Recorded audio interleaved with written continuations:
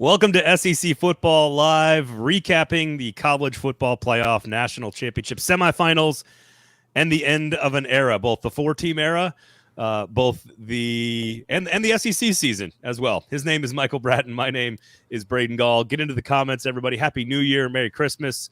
It's been a couple of weeks since we've been together. Happy holidays, happy Hanukkah, the Festivus for the rest of us, the feats of strength and the airing of grievances. We are here for all of it. Alabama's season is over. I have a lot of grievances. Mostly about Tommy Rees. And what the hell was that play call? Well, I think the center snap exchange for Alabama is probably something they need to work on in the offseason, and I'm not sure that's Tommy Rees's fault. So today on the show, we're going to have a lot of stuff to discuss today on the show. Yes, the Nico hype train will be unbearable and out of control all offseason long. Also, Garrett Nussmeier, how did he perform for LSU? Signs of growth for the LSU Tigers. Looking at Missouri's win. Is it? We'll get to that. Oh, okay, sure. Off-season hype for some quarterbacks, of course, that played in bowl games. Missouri and Ole Miss clearly feel like they're going for it. So we'll take a look at some tiers in 2024 as well. I think Georgia, we've got to talk about Georgia as well. And, of course, we'll discuss Alabama's loss in the Rose Bowl to the Michigan Wolverines. Now, so a lot of stuff to get to today on the show. If you want to jump into the comments and you have questions, please come on in. We got you covered here. Head on over to the 440 Sports YouTube page. That's 440 Sports. We have a shit ton of SEC football content for you over there.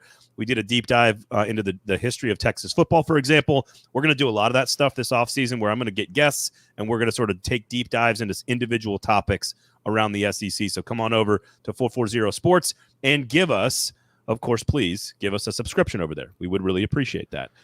And, of course, you can follow Michael all over the internet, SEC Mike. He's everywhere. So. I really liked your interview with Jeff. What's his name? Ketchum. Yeah. He's Thank you. I've never had him on. I've had Anwar Richardson from his show, but Jeff seems like he's a great follow, and that was a tremendous interview. Too bad it just didn't go his way there in the playoff. Thank you. Michael has now fulfilled his entire calendar year's requirements of being nice to me in the first 10 minutes of the year. So I do appreciate that. No, we're going to do that kind of stuff all year long. We want to take off-season deep dives into players, coaches, programs, history. I want to understand the inner workings of all this stuff with all of you guys. So come on over, 440 Sports over there on the YouTube page. I'm going to get to... sorry to cut you off there, but I think it's especially important, not that the other 14 are, but for Texas and Oklahoma, for some of us to get to know those programs, essentially. And for them to get to know us. Like, I think Texas knows about A&M, they know about Missouri, and they know about Arkansas. They've got a lot of history with those programs. Oklahoma, same thing. But how much do they really know about Tennessee, Florida? They've got those fans need to be brought into the fold as much as we need to bring, Texas and Oklahoma. So I think it's going to be a lot of fun. I think both programs are geared up for being competitive. We'll talk about the tiers of what 2024 might look like in the SEC. I think there's some clear tiers. Roll tiers. Best teams, second best teams, third best teams, and Vanderbilt, But I want to start with Alabama because I want to get your thoughts on the game because I think Alabama lost. Like Michigan did not play its best game. But Alabama, to me, I think the reason Alabama lost the game is that they were Alabama. And I say that by saying, and I think you kind of said this all along, you were kind of right and kind of wrong, and I was kind of right and kind of wrong about this.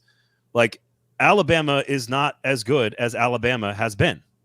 This team is flawed. They don't protect the quarterback as well. They don't have Judy and Waddle and Cooper on the outside. They don't have Derrick Henry in the backfield. They don't have Dante Hightower at middle linebacker. They're not as loaded as they've been in the past. The quarterback had some limitations early in the year. He needed to be developed. I think you're right to mention Tommy Rees, and I'll let you go on that. But they kind of played their game, and they were the same Alabama team we saw all year, which was a little bit flawed relative to Alabama standards. And at the same time, they were still one play away from potentially playing in the national championship game. So I think you got to give credit to Saban for what he accomplished this season and the job he did getting this team to where they were. And honestly, just the setting, if you've never been to the Rose Bowl, that is as perfect a setting outside on grass with the sun setting It's just the stadium is filled with history and prestige. It is a spectacular place to watch a game. And I just think Alabama was Alabama on Monday night, and Michigan was better. And I think that's sort of the story on Alabama football this year, don't you think? Well, safe to say, Braden, I'm as stunned as everybody else when I'm right on something. But yeah, Alabama, I don't know how I feel about it. If I'm a big Alabama fan, I don't know how I feel. We won the SEC, prevented Georgia from dominating the sport. I guess that's what they're going to hang their banner on. But it was a failed mission. Didn't win the national championship. Lost to Michigan. I don't think that Michigan team's that good. Maybe I'm just biased, and I've only watched them like twice this year. But neither time did they truly impress me. That felt like Alabama cost themselves with the snaps, with Tommy Rees, with Jalen Milroe having his worst game since Texas. It was like all the issues we had at the beginning of the year that I thought had been solved, they all reared their ugly head in the game that mattered. Now, maybe that's a credit to Michigan, maybe. But you telling me, Braden, and I know you hate the SEC, but you're telling me if we put Georgia and Michigan on a neutral field today, that Georgia's not going to whoop their ass? And I get it. Georgia lost a game that mattered, so they didn't deserve to be there. But they're better than Michigan. They're better than Washington, even though their quarterback, we'll get to him, I assume, but he was incredible. I was very impressed with him. But no, I mean, I guess I'm just befuddled of what to make of this Alabama, because it just seemed like they played their C game here and damn near won it, like you said, but just miscue after miscue. As Saban said it after the game, it was basically like we held ourselves back, dominated on special teams, which that's an overlooked aspect of the game, but they absolutely dominated in that aspect. And if not for penalties, if not for bad snaps, if not for some errant throws, I think Alabama would have whooped the hell out of Michigan, and they probably should have. So you're saying Alabama, that was their C game. I would say that's sort of like their game. Like I agree that they made some more mistakes than usual, but what's been the talking point around Alabama for 2 years? Undisciplined, too many penalties. I mean, the snaps got to be fixed. That thing's got to be fixed. I would say it's probably a B minus. It was probably a B minus Alabama game because, again, I think they had a chance to win. Michigan also, here's the other thing. That was not even close to Michigan's best game. So you have to give credit to Michigan here. That they also played a very sloppy game. They muffed 2 punts. They dropped passes. Like that, Michigan outcoached this particular Alabama team, but I think it's because Michigan is actually just the better football team this year. And very rarely do I say it. If you listen to our shows last week, I picked Michigan to win outright. I switched my opinion. I went from Alabama to Michigan because I thought Alabama is sort of a flawed version of what they normally are, which is what they've been all season. And all the things that we saw all season, which is an offensive line that can't protect the quarterback, a receiving core that doesn't have superstar power like it used to. Middle linebacker was completely confused for most of the game because Michigan's scheme was very good. But Michigan played a B-minus game too. So you're telling me Michigan beats Georgia on a neutral field? No, that's not what I'm saying. We're going to get to that in a second. I said it all for 3 weeks. I've said this, and I've said it on every platform, on every show I have. And that is that the team that got screwed the most in the playoff was Georgia, not Florida State, not Ohio State. It was Georgia. And that I think Georgia is still the number one team.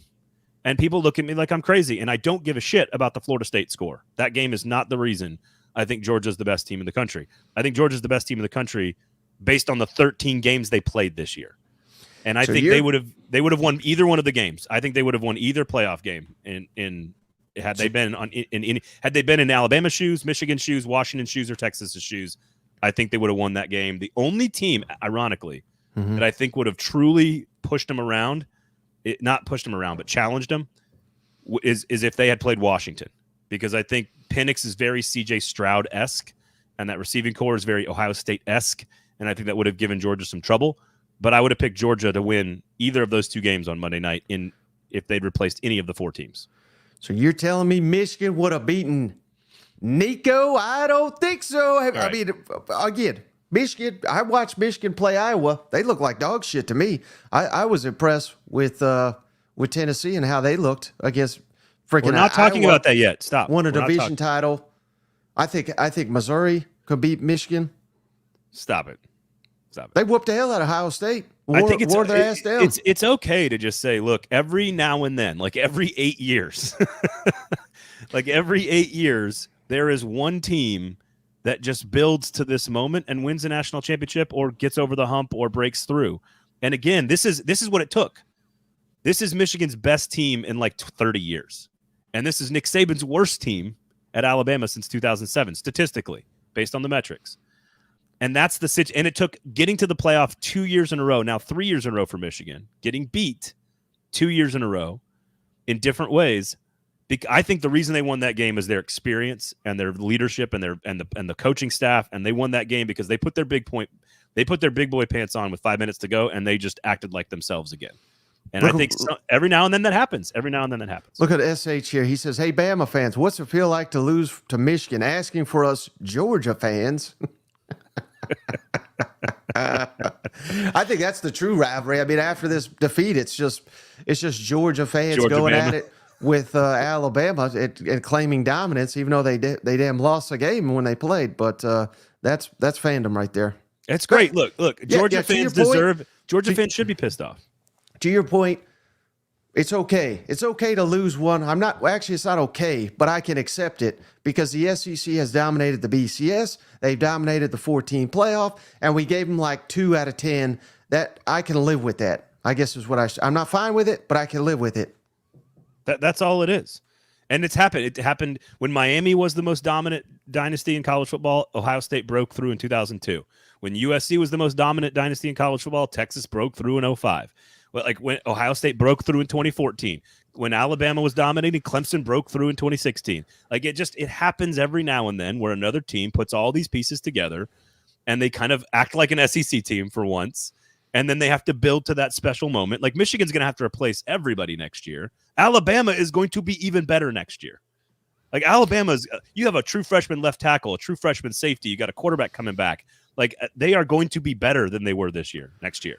And it's going to be great when we go to a 12-team model and Greg Sankey gets his way and half the field is SEC, because this is not going to happen. Because Big Ten, I think, got exposed outside of this one game. It's like a minor league football, in my opinion. Well, don't use bowl results because that's lazy, stupid shit. Don't use bowl results. Well, I don't have anything else to go. Use the regular Big Ten. Use the regular season and say, look, these teams aren't that great. Washington, by the way, playing in the national championship game is a Big Ten team. They have the Big Ten has 2 teams. They didn't beat an SEC, did they? No, but they've got 2 teams in the playoff. They got 2 teams. Yeah, Texas, technically. Oh, yeah. Well, I forgot about them already. But if you're going to count Texas as an SEC. They beat one SEC team. In the 12 team, they're going to have to beat 2 or 3 of them. They beat a former SEC quarterback, Bo Nix, twice. Does that count? They get half credit. Here's ultimately, I think, the point for the 12-team playoff and for Georgia fans. And I think this is the only thing that would get me to, I don't know, take comfort in the situation. Because again, I was the one saying the morning of the playoff rankings that Georgia's the team that should be pissed, not Florida State. All this whining and crying for 3 weeks straight was the wrong team. It was Georgia that belonged in the playoff, not Florida State. Now, I don't know where they could have put them. I don't know where I don't know how you put them in over Alabama or Texas, and that's a different discussion. I don't know how you put them in, but they're the ones that were worthy. And if this was an 18 playoff, it would have fixed itself, or a 12-team playoff. It would have fixed itself because Georgia would have played Ole Miss or something in the first round, like the rankings would have indicated. They would have dominated like they did in Athens in the regular season. Then they would have gone on the road and probably had to play Michigan or Washington. Actually, it would have been a neutral site game, I guess, against Michigan or Texas or Alabama. Then they win. If they win that game, then they're playing Michigan or Washington in the championship game, and I would absolutely pick Georgia to win most of those games. So that's all right. That's the right call there, Braden. I'm trying to see this. Thank you, Michael. Okay, this guy's saying that the ACC's got a winning record over the SEC in bowl games. I don't care about bowl games. They're not real. They're not real. Georgia beat Florida State. They're not real football games, guys. 1-1 is not a winning record. I thought ACC had good academics. I guess they don't. I don't know why we need to even discuss the ACC, because the committee showed us in their rankings that they don't believe that the ACC they were the worst league of the 5 leagues. That it was clearly the worst league.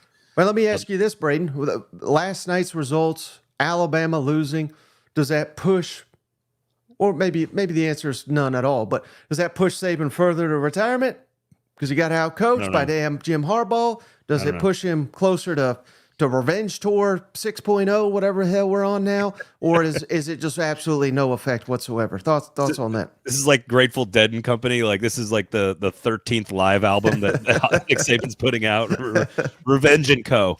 No, I actually don't think he's going anywhere. I think had he won the championship and like, because I think it's fair to say, had they won the national championship this year, which again, they were a couple of plays away from maybe playing Washington in the title. Mm-hmm. I think had they won the national title with what is probably his best coaching job, I think you would then say that's a reason why he might walk away.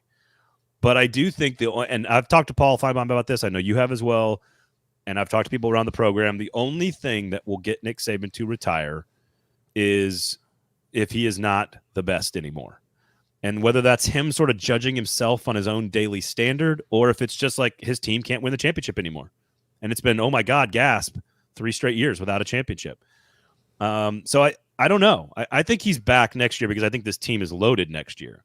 I think what this playoff does for me as an SEC fan, and if you want to take the entire season and look at the returning starters and look at Ole Miss going for it and look at Missouri returning a lot, look at the quarterback play from Nico for Tennessee and Texas A&M hiring Mike Elko and LSU getting Nussmeier up to speed, I think it tells me that next year is going to be it's going to be awesome.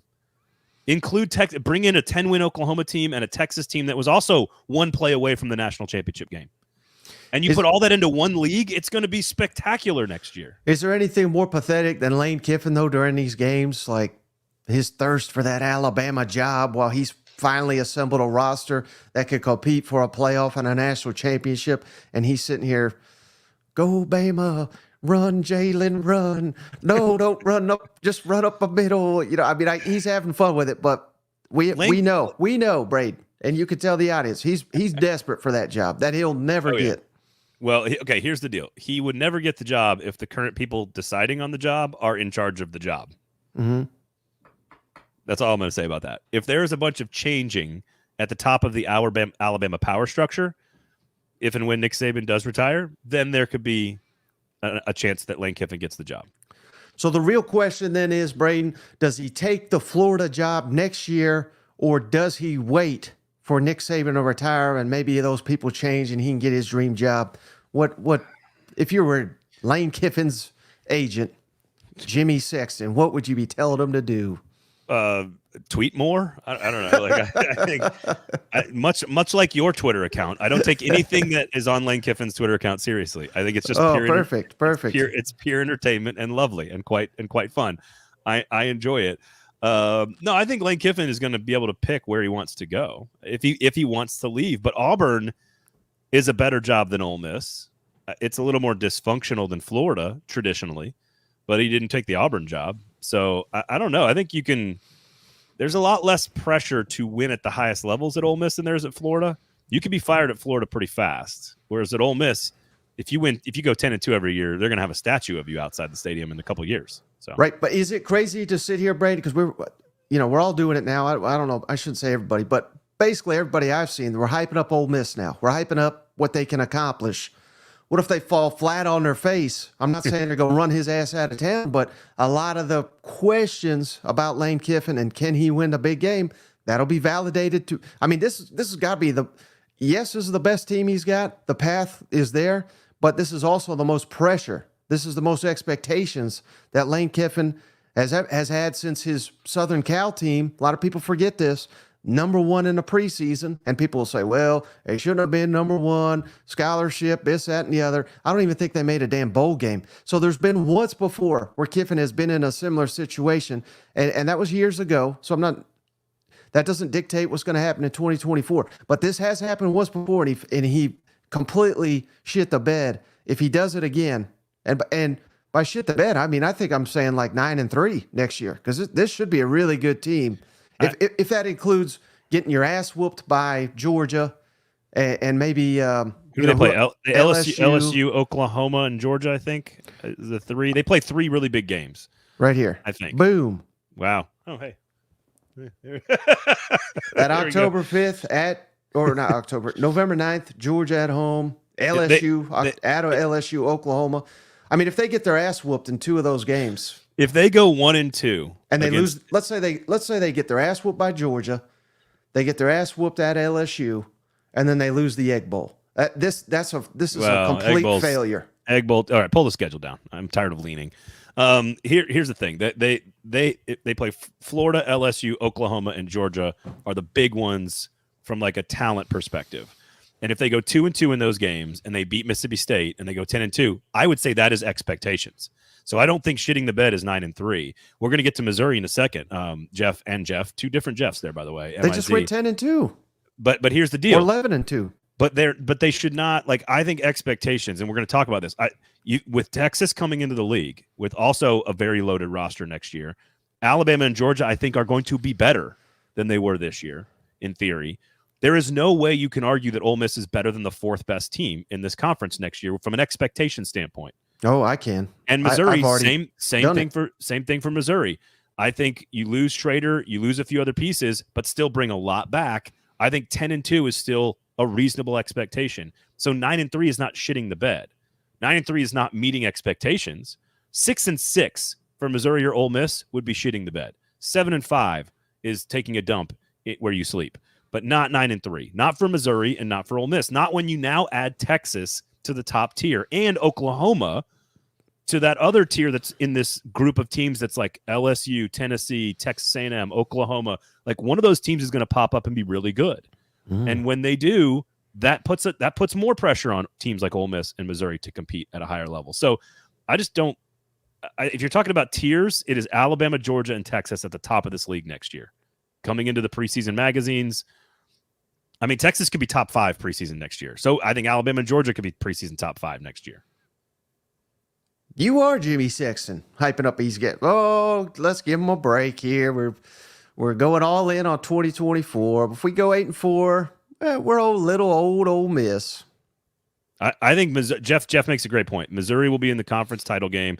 We have a weak schedule with only Bama being a toss-up game. I think that's the key here. Is Ole Miss and Missouri's schedule, and this is going to be the new thing that everyone has to adjust to. We don't automatically get the same schedules. We don't get the division schedules anymore. There's teams you're going to miss on your schedule where Missouri and Ole Miss could benefit from that. Teams like Kentucky and South Carolina and Arkansas can benefit from that. The schedules are going to be imbalanced from now on in the SEC, which I think is okay. You just gotta figure it out. And because Ole Miss and Missouri don't have as many huge games, there's a chance that if things come together, they could end up in the conference title game. But if you're asking me to pick who makes it to the conference title game, it's Alabama and Georgia. Right. I do think, though, moving forward, I don't think anyone's going to maybe that's a step too far. I was going to say no one's going to care. That's not the right. But I don't think Ole Miss fans are sitting here saying, man, can we just make the SEC championship? I mean, I hate to say it. I think that's not irrelevant, but it's close. I think what they're looking at is let's make the playoff. I think that's what everybody's looking at. So I don't care who's in. I would almost not even want to go to Atlanta if I'm Ole Miss. That's just an extra game. Let's just go to the play. So my question to you: But you're not 11-1 though, and getting left out of the championship game. You'd have to be 10-2. If Ole Miss does not make the playoff, it's a failure, in my opinion. I don't think it's a failure, but I agree that that's their goal. I agree that that's the bar that they're setting for themselves. And my argument would be, I don't think that they have the depth 1-85 that teams like Bama and Georgia, and I think Michigan, Ohio State, when USC is recruiting at the highest level. I mean, Texas is recruiting at a top 10 level. Texas's roster is going to be better than everybody else minus Georgia and Alabama in the SEC next year. And if Ewers comes back, which I think he's going to, I just think the schedules are going to be brutal, so there's going to be a bunch of losses. Could Missouri and Ole Miss both get in at 10-2 without having to play in the SEC championship game? Absolutely. But I don't think 9-3 is shitting them. So if you're asking me about Kiffin's future, it's like he would have to go 6-6 for them to even have a conversation about him. Same with Eli Drinkwitz at Missouri. So, well, the good news for the rest of the SEC is Texas, their coach is still Sarkisian. So, I mean, I'm not impressed, man. I mean, month to prepare. That's what you came up with. I mean, they scored 30 points, 31 points. So and had the ball. I was not impressed with their final possession. I thought that was unimpressive. They didn't lead the entire game, Braden.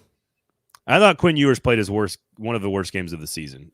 His quarterback, he was just off the entire night. Like as good as Michael Penix was at his accuracy and his timing, Quinn Ewers missed open receivers. Like I don't know. They ran the ball over 7 yards a carry. Like I don't think Steve Sarkisian was the problem until the end, where on the last possession you've got 4 shots at the end zone, and like one of them's a swing pass to a running back, and the other one is like basically a giveaway play. You didn't get him on the run at all. You had one good throw to the end zone. I thought that was I had a problem with Sarkisian from that standpoint, but I don't know. I think Sark's a pretty good coach, and they went 12-1 and won their first conference championship since 2009, and they were one play away from the national championship game. So I don't think it's time to be, throwing babies out with the bathwater. So I do think we can talk about some of these quarterbacks if you want to and get excited about next year. Sark's got a worse record than Jimbo after 3 years. I think A&M fans were the most happy last night. I believe it. I believe it.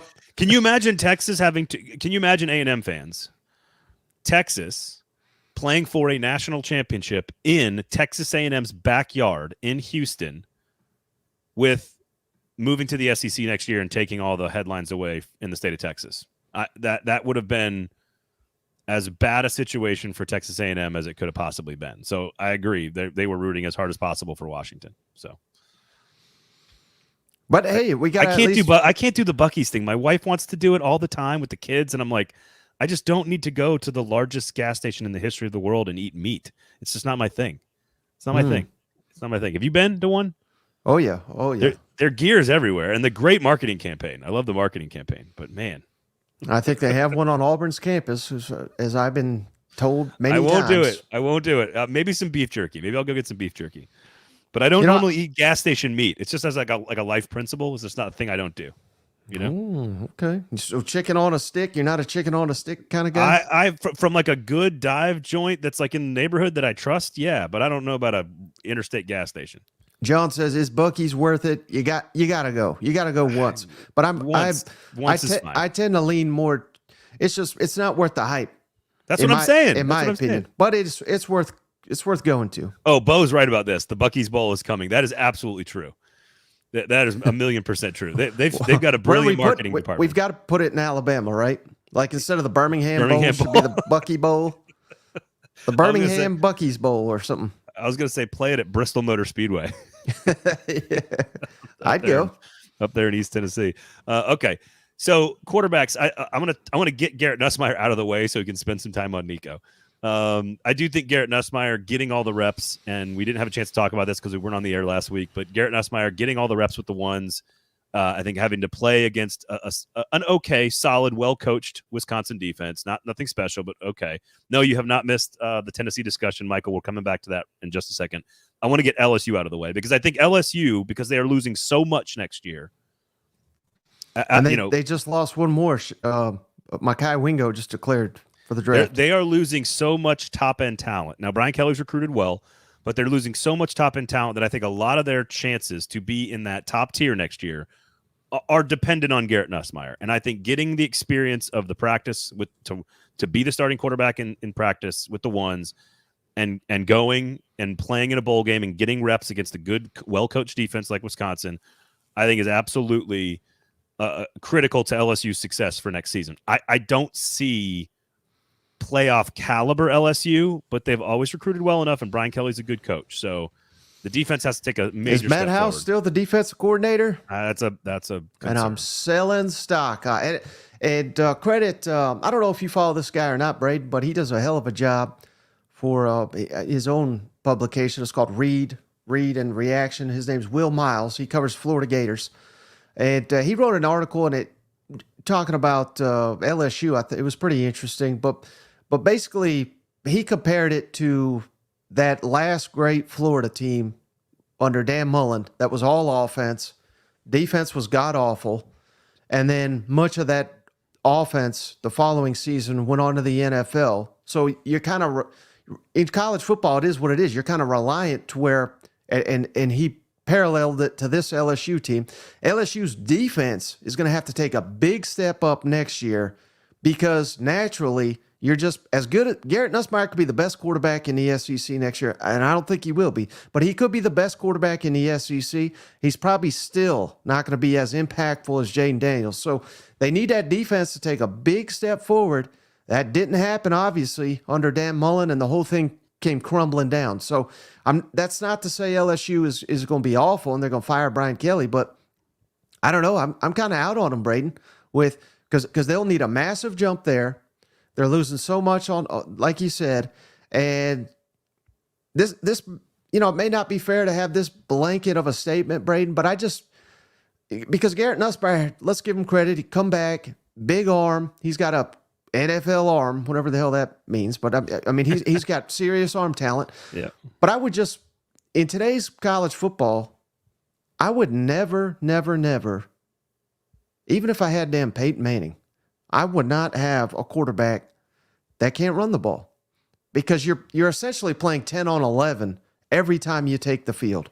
And again, Garrett Nussmeier, there are certain guys that are good enough. Garrett Nussmeier's not one of them, but yeah, I don't know. I would only recruit quarter, and that doesn't mean everyone's got to be Jalen Milroe or Jaden Daniels or anything like that, but just a quarterback that could be a true threat to hit you with his legs on 3rd and 8, 3rd and 7, something like that.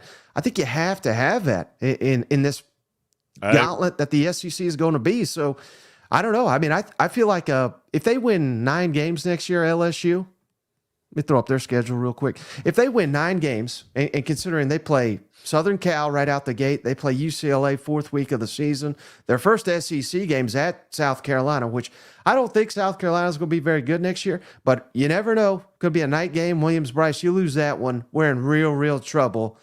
If they go 9-3, I think this is a hell of a year for LSU. There's a lot of winnable games on that schedule. Ole Miss could kill you. There's also a lot Alabama of losable. There's a lot of losable games on that schedule as well. Here's what I'd say about LSU. I would not have them, and we can discuss tiers to some degree, but I think the top 3 teams from an expectation standpoint are the same as this year, which is Texas, Georgia, and Alabama. I think the next big group of teams includes Ole Miss, Missouri, LSU, Oklahoma, Tennessee, and Texas A&M. And 2 or 3 of those teams are going to go to the bottom of that group and be not as good.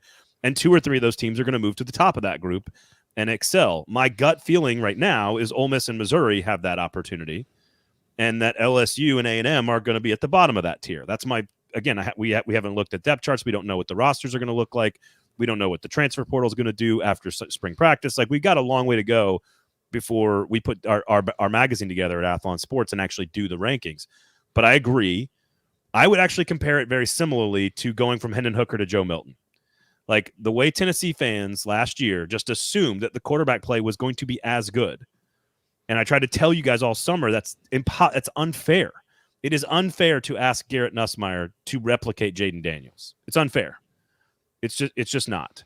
And so I think they have to be significantly better in other areas, as you have said, Michael, if they want to get back to a 10-win season. And I think 9-3 is, again, I think 8-4, 9-3 is about right for next year's team. The question is that good enough in year 3 at LSU? And I think there is some context in that they are in a rebuilding year, but you can't have too many of those at LSU. You've got to be able to turn it. You got to turn it around fast. So. And at some point, and again, maybe it's, I don't know if fair is the word we want to use here, but new era, NIL portal, we're all trying to navigate it. I think it's fair to say that LSU has, I mean, hell, I would assume they have an NIL like Ole Miss, but I don't know if they do. And they've misevaluated horribly in this last year in the portal. And some of that's injuries, some of that's suspensions, which is, again, maybe that's not fair to critique. But if they do that again, if they misevaluate the portal again, I don't know. I mean, this is going to be a rough season. And Brian Kelly has said it. I think he said year 3 is the year. I think he said that at media days. Don't put this way championship caliber. That's when I was like, oh God, I'm gonna look like an idiot. And I was the first week of the season, but had they had a competent defense, and I'm not even saying elite, if they had Tennessee's defense this year, they would have been in the playoff, I think. Maybe Tennessee's defense had some moments of like shitting down their leg against Florida and Missouri and all the best teams. Which brings Arlen's question is great. I agree, MIZ is playoff bound, but does making the playoff make you top tier? And I would say no. I would say it does not. And we've had this argument. We've already had this argument too many times on the show because I think the difference between going 10-2 and making the playoff and being capable of winning 3 games in the playoff against elite competition every week, I think is a very different gap. I think those are 2 different types of teams, in my opinion. So does that mean that Missouri and Ole Miss can't win a game? I think they absolutely can. But I don't want to get back into that dead horse that we've beaten like on our last 3 shows. Let's talk about Nico Iamaleava, the quarterback. Wait, before you say that, you said Tennessee defense sucks. No, they had their moments where they shit down second lowest points per game in the last 15 years. That's pretty solid. They were stout against the run. I said they had their moments where they shit down their leg against Florida and Missouri and Georgia and Alabama. And this is the price you pay with having Josh Heupel as your coach, and I think you just got to live with it. And particularly when you have an ineffective offense at times, you're never going to have an elite defense. You're going to shit your leg, as you say. Well, hell, they couldn't move the ball against Georgia. Like they had one play and then they did nothing. So is the defense just supposed to contain them for 4 quarters? I mean, that's not realistic. So, okay, you're making a good point. And I think watching the Washington-Texas game last night, I think should also defense is not gone out of college football, but it is just not the way you win anymore. So I agree with you that defense has been devalued across the board. I think that is a valid and smart point. You have to have a great offense to win in college football. But like even Washington last night, timely stops when they needed to. They bent, they never broke. And so you still have to have some of those moments in a game. And ultimately, I think you can win with all offense. With like, let's say Ole Miss and Missouri next year are just all offense because of, Burden and Cook and Dart and Judkins and all these guys. I still think that can win you a game in the playoff. I don't think it can win you 3 in the playoff. I think you have to still have great players on the other side. Now, the reason I would be excited if I'm Tennessee is not just about Nico. I think Nico, we can discuss how calm he looks, how poised he looks, how different it is to be the number 1 guy in practice for a month and then know that you are the number 1 starting quarterback going into a game. And he looks calm and poised and fluid beyond his years and is got the potential to live up to the hype. I think all of that is valid. I think the arm's there, the sort of the composure's there, the athleticism's there. He needs to put on about 20 pounds worth of Bucky's pork chops and he'll be good to go next season. But I think the reason Tennessee can compete at a higher level is less about Nico and more about the rest of the roster continuing to get better under Josh Heupel's development. That is the key. The defense has to stay as good as it was and get deeper, especially in the secondary. The offensive line, the receiving core, like you got to continue to build around this guy. And if you can continue to build around him, you can point to like, all right, let's say 9 wins next season. And then the next year you're going, all right, playoff. And if Nico's so good that he lives up to the Peyton Manning level of hype that he is going to get this offseason in our state, then all bets are off. You could be playoff bound next year. And you know me, I'm not prone to hyperbole on Tennessee quarterbacks. So yeah, you sure do hate them. I'm not. You hate them, but why can't it be both, Braden? Why can't it be both? Why can't it be this? Hell, better roster, better defense, potentially elite quarterback. It would help if they have some receivers that could get some separation. I didn't see that this year, but yeah, I mean, why not? They're bringing back damn near everybody in the line of scrimmage. I think arrow pointing way up for Tennessee. I agree, and I completely agree. Before you even say it, they don't got Georgia's roster. They don't got Bama's roster. They can't win anything of significance. But you can close that gap just like Mr. Michael Penix, if you are elite at quarterback. And again, I agree. Nico just scored 4 touchdowns in his first start against an allegedly elite defense. They looked okay. They didn't have their 2 best players on defense, but yes, I agree. It doesn't matter. He looked great.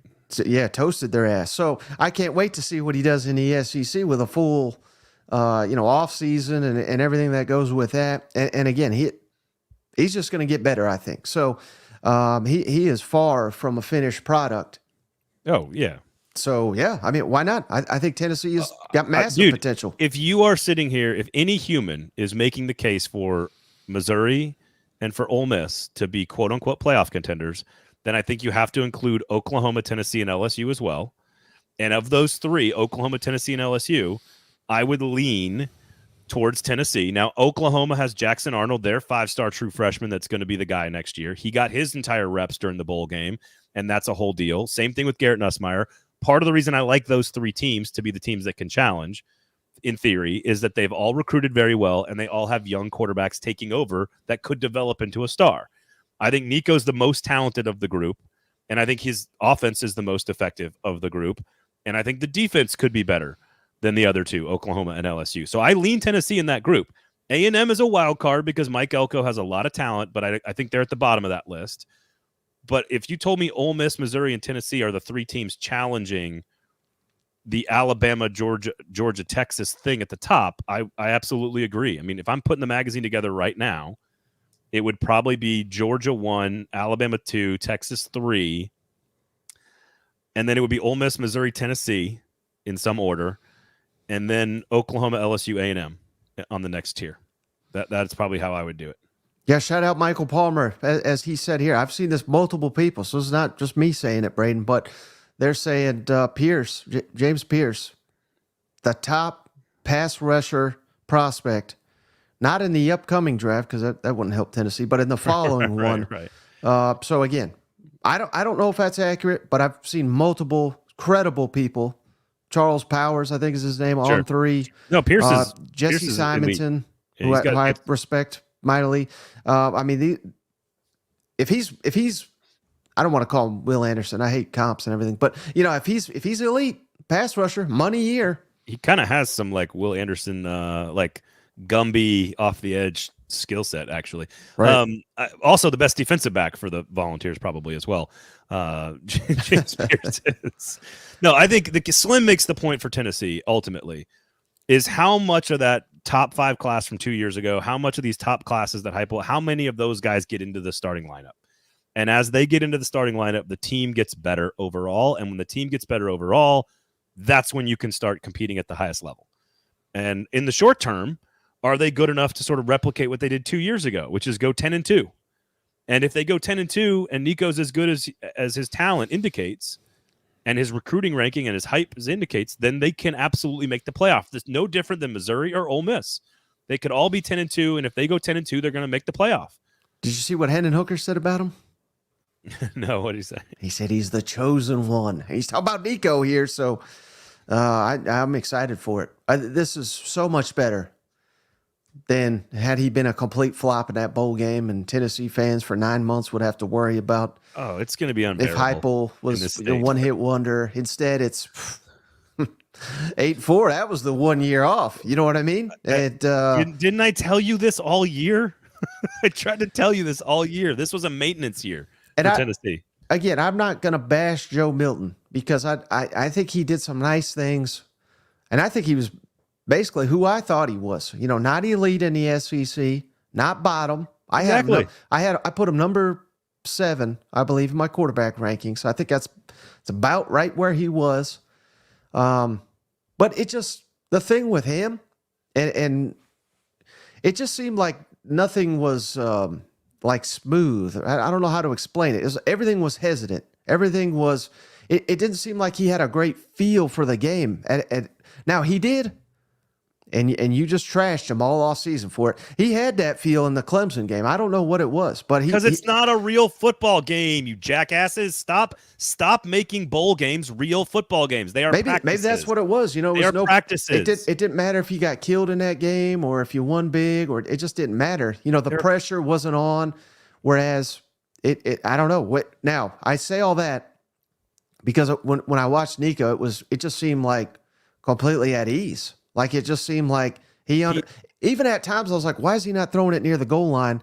He had a guy there. He scored a touchdown. It's like you can't argue with results. You know what I mean? It's still. I don't even think the offensive line did a great job protecting him, and a lot of it was on his shoulders. They did not. Which is just unique for a true freshman making his first start. I guess he also has alleged great defense. He also needs to throw the football away faster. He needs to learn how to go through his reads quicker. There's a lot of work to do, but the talent is there. The most impressive thing, though, it's not the sort of the fluidity in the pocket and the quickness, athleticism, or the big arm. All that stuff's important, and it's why you get ranked as the #1 player in the nation.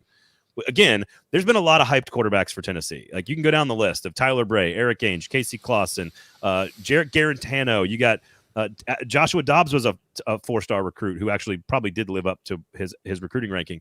But none of these guys were #1 player in the nation good the way Peyton Manning was ranked. This is the only guy since Peyton Manning that is the #1 player in the nation and coming to Tennessee to play. So the hype is going to be Peyton Manning level-esque in the state. The reason I think I'm optimistic about him living up to that expectation is his composure. There's plenty of things he's got to work on, but it is about the composure and the how poised he is against a very good defense, and that sort of asset to his game when you package it with 6'6" and an athletic with the big arm. Like it's the ability to sort of stay calm. And have the game's going to get slower for him. It's just going to get slower for him. And so the question is how fast how fast does it slow down? is the question. Do you put any stock in the team having more confidence and just the belief that with Nico that they can beat anybody? Because I mean they'll never say, but I don't know if they felt that way with the. Again, I think ultimately what I'm excited about if I'm an SEC football fan for next year, aside from like your own team that you're excited about, is that we have really, really good, exciting young quarterbacks in this league. There's a couple of really good veterans that maybe aren't elite, but are good enough to win on any given Saturday, the Graham Mertzes of the world. But Jackson Dart, Carson Beck, Jalen Milroe, Quinn Ewers, Jackson Arnold, Nico, Garrett Nussmeier, Brady Cook is a great player. Like there is great quarterback play in this league, and it's great quarterback play at the best teams. That's the other thing. It is Georgia, Texas, Alabama, LSU, Tennessee, Ole Miss, Missouri. Those are the best teams, and they all have, likely, Oklahoma too, the best quarterbacks. And that is going to make for great Saturdays. It's going to make for great games, and it's going to make for a wide open year, to which I would still pick Alabama and Georgia. And don't discredit now Jeff Lebby at Mississippi State. He's like a quarterback whisperer. So, if he can get, what's his name, Blake Chapin, if he can get the most out of him. Bobby Petrino, say what you want about him. I think all good three coach, yeah. A&M quarterbacks this year that played, I think they all had their best seasons. South Carolina's over the moon of Lenore Sellers. They're telling me he's better than Nico already. I like it. I missed his bowl game. Didn't get all that practice time that Nico got. We know Hugh Freeze, when he's not focused on recruiting, can coach a quarterback. Did you say Mertz? I apologize if I missed it, but he blew me away. But I thought he would be bad. He was arguably the best player on their offense. Yeah.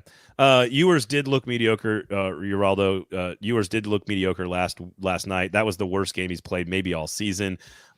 He was just off. He also, I'm pretty positive he got a head injury in that game, and they put him back out there. So I don't know about that. And yes, absolutely, Jalen Milroe is one of the best quarterbacks in America.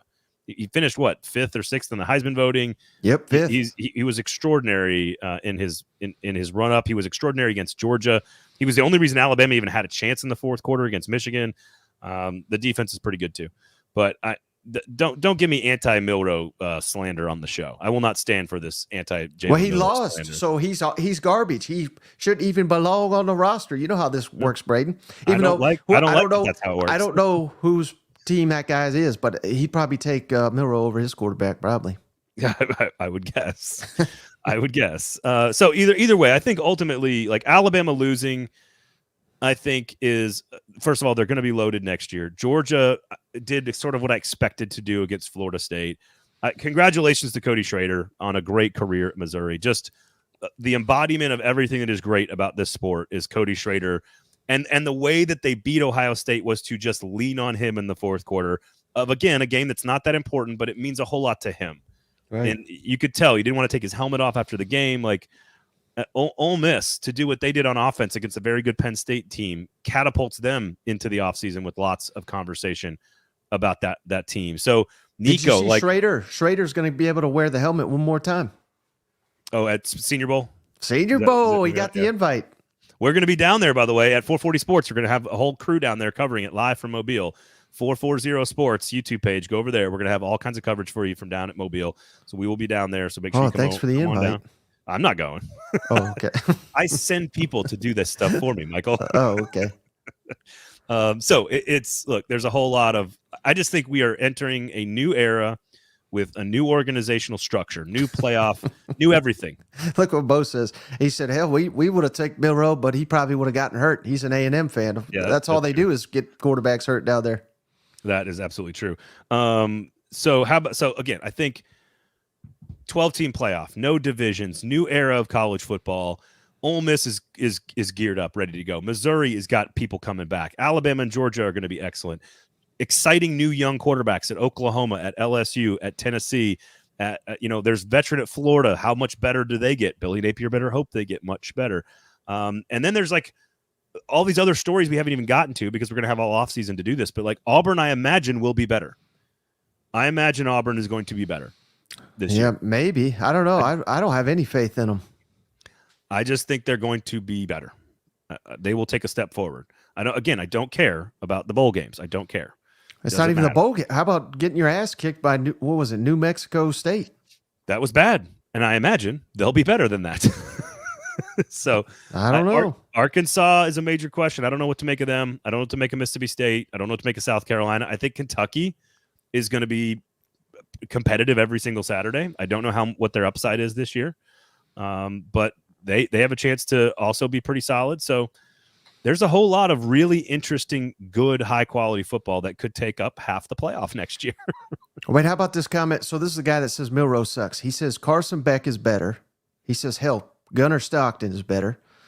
I mean, if I was Georgia, I would not trade Carson Beck for Jalen Milroe. But if I was Alabama, I would not trade Jalen Milroe for Carson Beck. Who played better in the SEC championship? You remember that? Was not that long ago. Yeah, Brady? I believe it was the guy that won the game in the fourth quarter. So. Carson Beck, 0 touchdowns.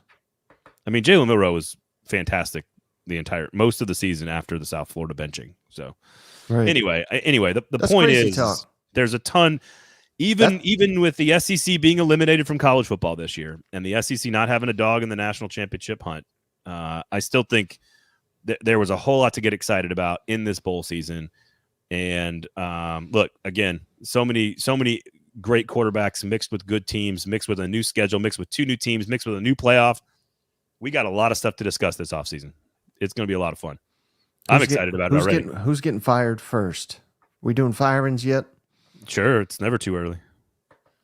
It's Sam Pittman and Billy Napier and Shane Beamer. Those 3 are on the hot seat. Oh, Beamer, huh?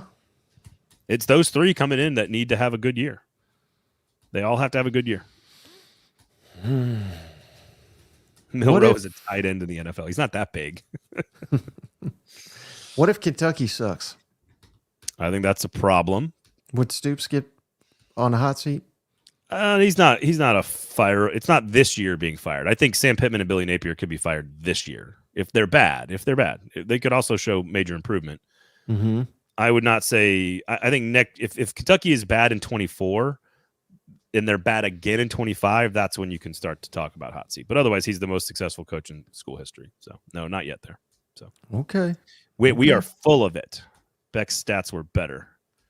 You guys try to be diplomatic with your takes. I'm not diplomatic. They're both great quarterbacks, and Jalen Milroe was a little bit better. I mean, I'm sitting here looking at the stat. Beck, he did have 243 pass yards, 0 touchdowns.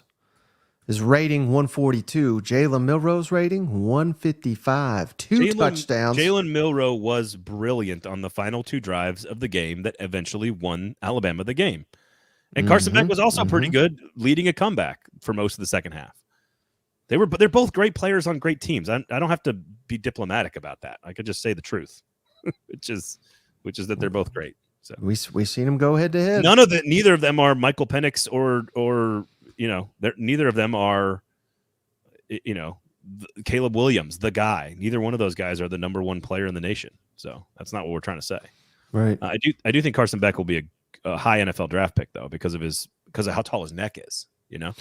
And I would also say, Braden, we've seen some fantastic football from Jaden Daniels, and they went head to head against.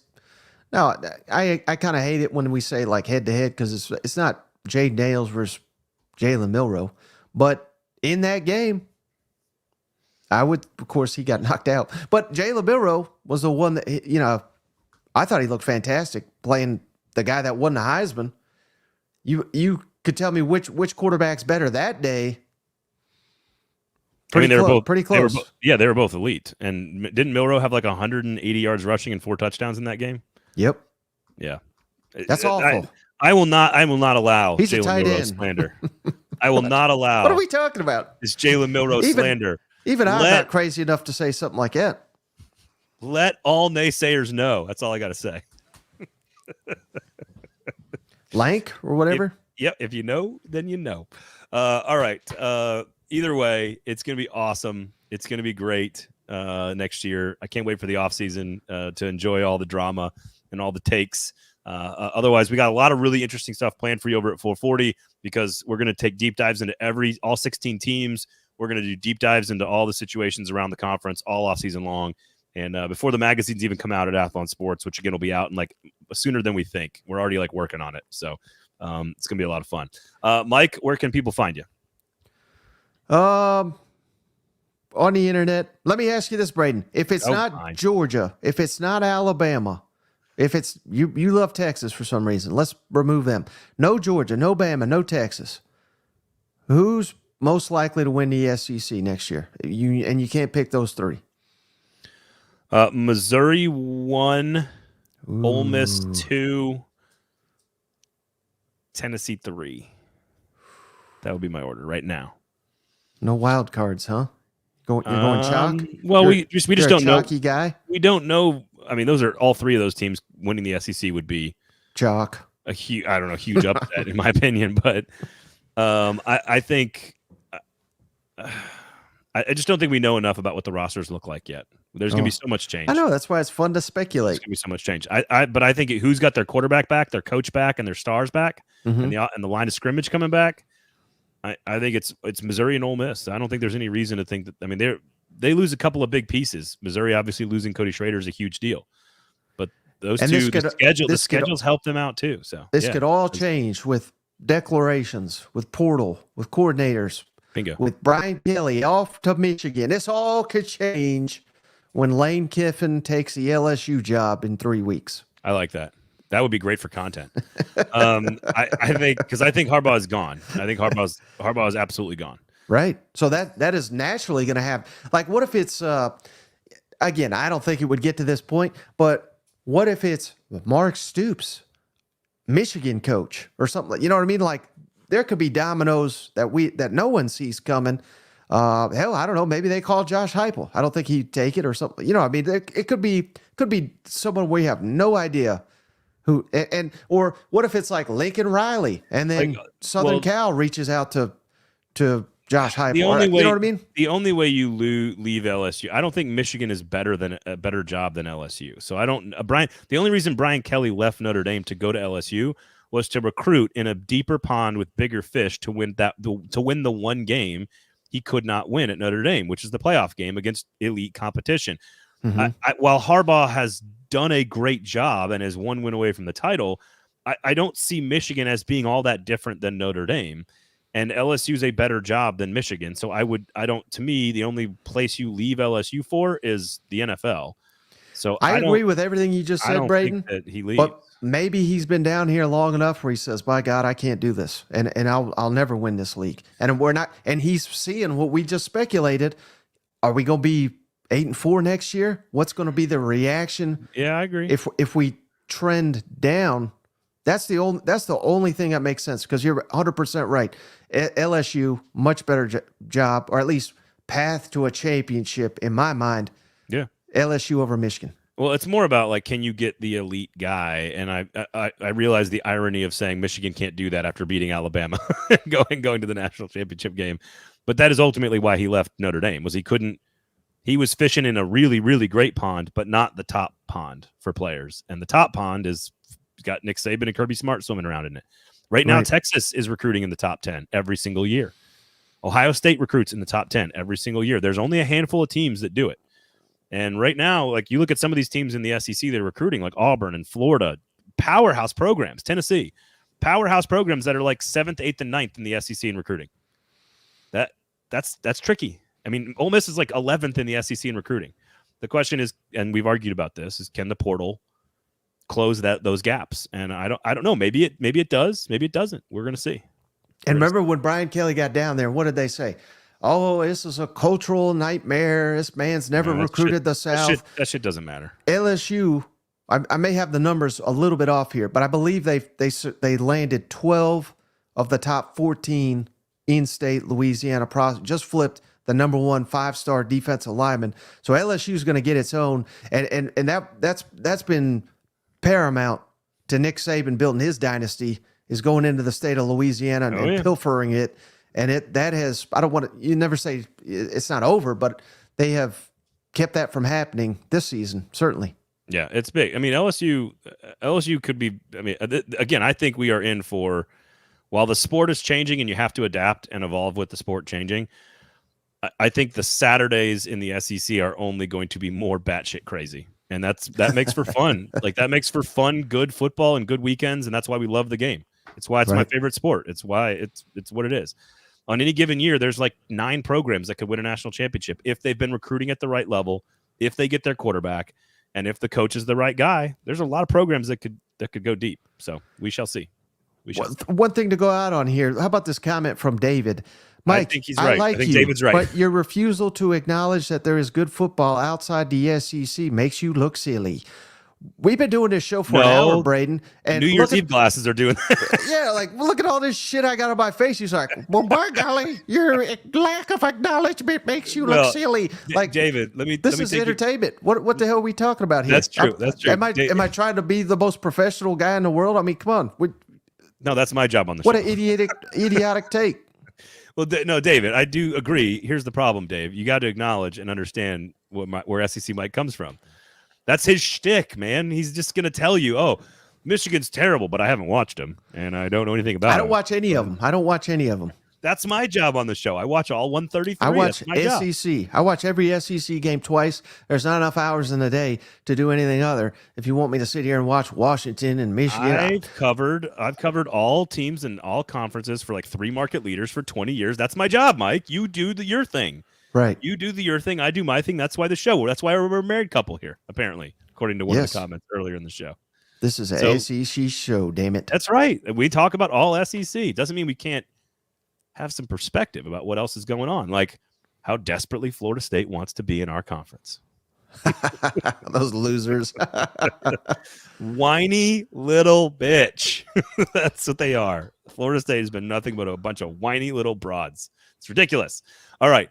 Thank you guys for listening. Thank you guys for hanging out. 440 Sports for lots of SEC content this offseason. We're going to be here every Tuesday live at 1 o'clock Eastern time, noon Central Standard God's time, every single Tuesday. SEC Mike and myself hanging out. So check us out. We do appreciate it. Share the show. Tell somebody about it. And, of course, Happy New Year to everybody. So yeah, Happy New Year. Thanks for listening. Thanks for hanging out. We will talk to you guys next week.